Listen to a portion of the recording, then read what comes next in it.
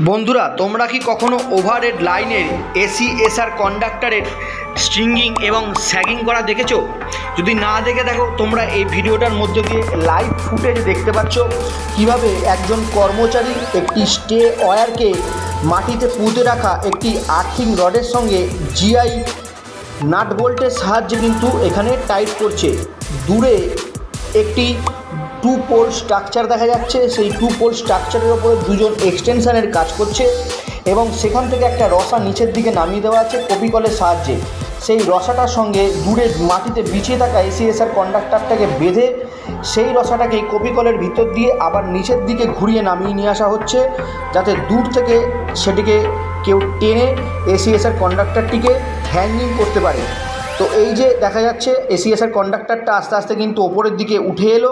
Subscribe for more content.